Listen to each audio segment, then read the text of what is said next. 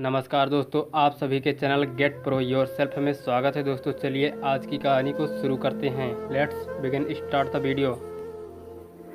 एक बार देवराज इंद्र की सभा स्वर्ग में लगी हुई थी।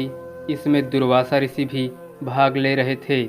जिस समय सभा में विचार विमर्श चल रहा था, उसी समय सभा के मध्य ही पुंजक स्थली नामक इंद्रलोक की अप्सरा बार बार इधर से उधर आ जा रही थी। सभा के मध्य पुंजक स्थली का यह आचरण ऋषि दुर्वासा को अच्छा न लगा। दुर्वासा ऋषि अपने क्रोध के लिए प्रसिद्ध हैं। उन्होंने पुंजक स्थली को कई बार टोक कर ऐसा करने से मना किया, लेकिन वह अनसुना कर वैसा ही करती रही। तो दुर्वासा ऋषि ने कहा, तुझे देव सभा की मर्यादा का ज्ञान नहीं। तू कैसी देव अप्सरा है जो वानरियों की तरह बार बार आ जाकर सभा में व्यवधान डाल रही है।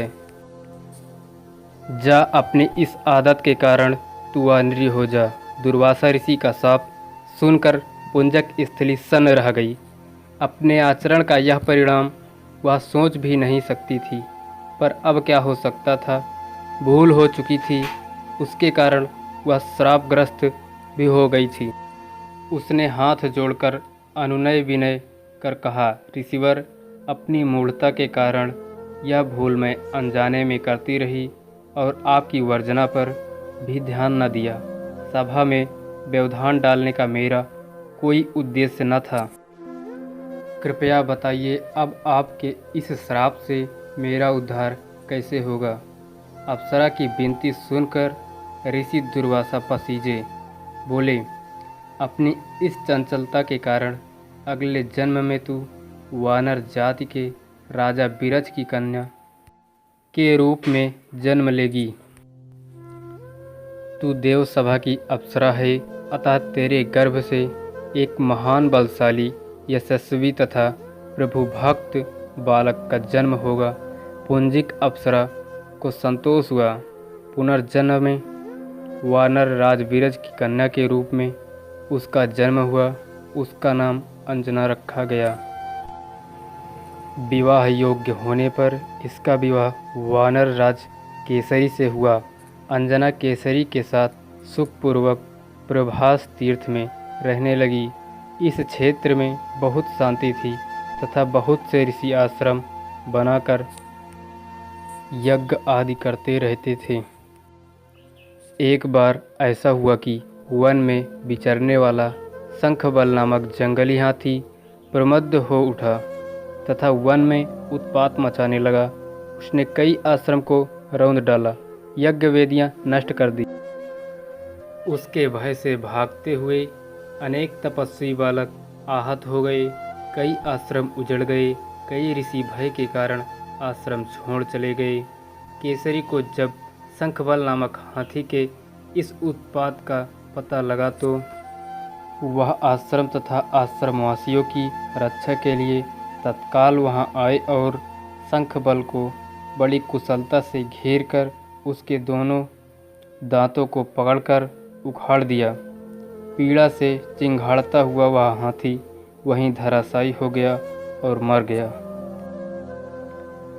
आश्रम की रक्षा के लिए उनके अचानक पहुंचने तथा हाथी को मारकर आश्रमवासियों को निर्भय कर देने वाले केसरी का ऐसा बल देखकर ऋषि मुनि बहुत प्रसन्न हुए और केसरी के पास आकर आशीर्वाद देते हुए कहा, वानरराज केसरी, जिस प्रकार तुमने आज हम सबकी तथा आश्रम की रक्षा की, इसी प्रकार भविष्य में तुम्हारा होने वाला पुत्र पवन जैसे वेग वाला होगा तथा रुद्र जैसा महान बलशाली होगा। तुम्हारे बल तेज के साथ साथ उसमें पवन तथा रुद्र का तेज भी व्याप्त रहेगा। केसरी ने कहा, ऋषिवरों, मैंने तो बिना किसी कामना के प्रमद्द हाथी को, जो किसी प्रकार वश में नहीं आ रहा था, उसे मारकर आपकी इस यज्ञ भूमि को निर्भय किया है। आपका दिया यह स्वतः आशीर्वाद मुझे शिरोधार्य है। केसरी ऋषियों को प्रणाम कर चले गए। समय आने पर अंजना के गर्भ से एक बालक का जन्म हुआ। उसमें अपने बाल्यकाल से ही ऋषियों द्वारा दिए आशीर्वाद का तेज झलकने लगा। आश्रम में वह पवन वेग की तरह जहाँ तहाँ पहुँच जाता। आश्रम में विघ्न डालने वाले वन्य जीवों तथा दुष्ट व्यक्तियों को अपने अपार बल से खदेड़ देता। अपने इस पराक्रम से वह मदमद हो जाता तथा अपने साथियों के साथ वह आश्रम में क्रीड़ा करने लगता। उसको खेलने से कोई रोकता तो वह उनको भी तंग करने लगता। बालक तो था ही, उसके बाल कौतुक से जब ऋषियों को असुविधा होने लगी तो तथा उनके पूजा पाठ और यज्ञ में व्यवधान आने लगा तो उन्होंने उसके स्वभाव में शांति लेने के लिए आशीर्वाद जैसा शाप दिया कि तुम अपने बल को हमेशा भूले रहोगे। जब कोई तुम्हें आवश्यक होने पर तुम्हारे बल की याद दिलाएगा तब फिर तुम में अपार बल जागृत हो जाएगा। इससे वह बालक शांत स्वभाव का हो गया। केसरी नंद यह बालक आगे चलकर हनुमान नाम के प्रसिद्ध हुआ। सीता जी की खोज के लिए जब कोई समुद्र पार करने का साहस नहीं कर रहा था और हनुमान भी चुप बैठे थे तो जामवंत ने हनुमान जी को उनके बल की याद दिलाई थी। तब उन्होंने समुद्र पार कर सीता की खोज की थी।